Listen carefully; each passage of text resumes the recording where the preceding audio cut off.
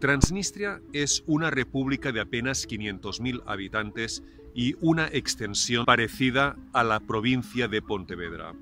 El nombre de Transnistria significa a través del Dniester, Transniester, que es este río en el que nos encontramos ahora mismo.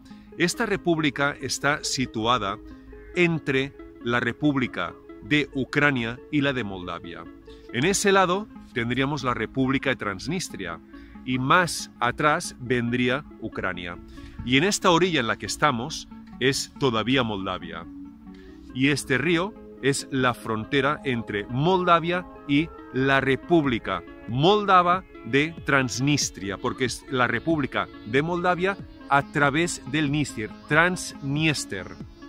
Transnistria es una república que antes de 1991 pertenecía a Moldavia y a su vez Moldavia pertenecía a la Unión Soviética.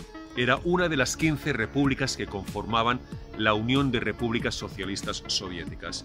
En 1991, cuando la Unión Soviética se disolvió, Moldavia consiguió su independencia y a su vez Transnistria se independizó de Moldavia. Transnistria es una república que tiene su propia bandera, su propio himno,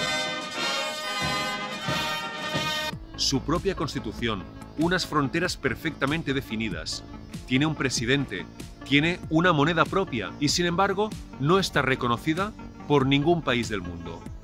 Para saber cómo se ha llegado a esta situación, vamos a ver un poco de historia.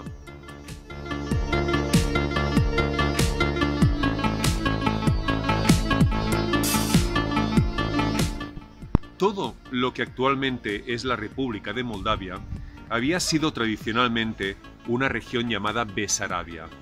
Esta región formó parte del Imperio Otomano desde el siglo XV hasta 1812, en que fue invadida por los rusos. Formó parte del Imperio Ruso hasta 1917, en que, aprovechando el caos que se había formado con la Revolución Rusa, Rumanía invadió esta región hasta 1940. Durante este periodo, Rumanía tenía sus fronteras hasta este río, hasta el río Dniester. Hasta aquí, hasta esta orilla, llegaba Rumanía. Y a partir de esa orilla empezaba lo que es el Imperio Ruso. Ahí fue cuando lo que actualmente es la República de Transnistria adquirió un carácter propio y diferenciado del resto de Rumanía y del resto de Moldavia.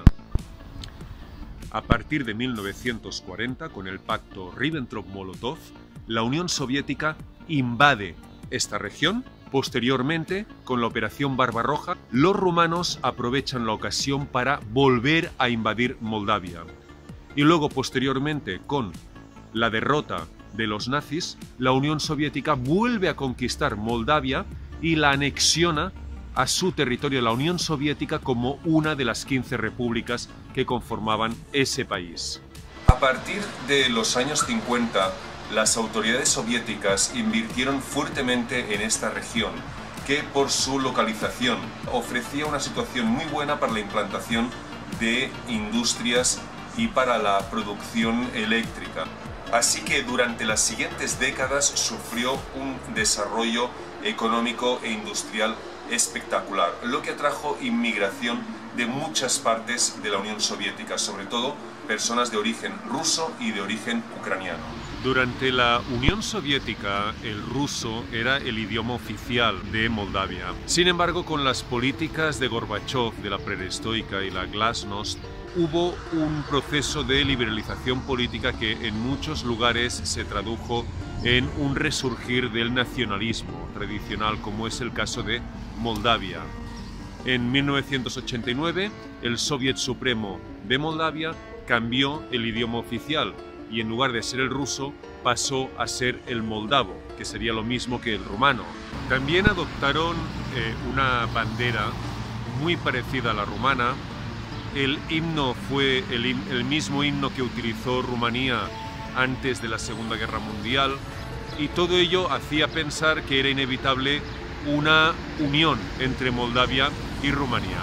Una parte muy importante de la población siente que pertenece a Rumanía, como por ejemplo es el caso de esta manifestación en que están conmemorando los 100 años de la reunificación con Rumanía.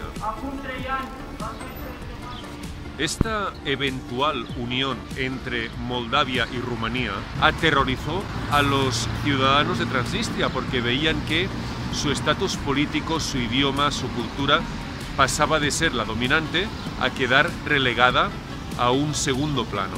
Es por eso que hubo un movimiento separatista en la región de Transnistria, que es algo muy habitual de cuando un país se independiza, luego hay una región de ese país que se independiza del país que se ha independizado.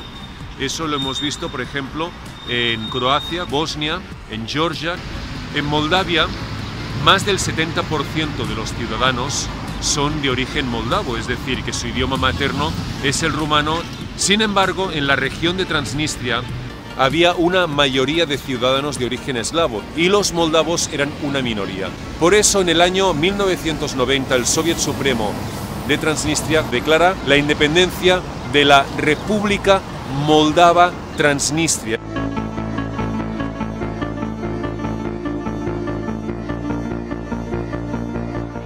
Mientras Moldavia pertenecía a la Unión Soviética, gran parte de las armas que había dentro de esta república estaban en la parte Transnistria, en la región que actualmente es Transnistria.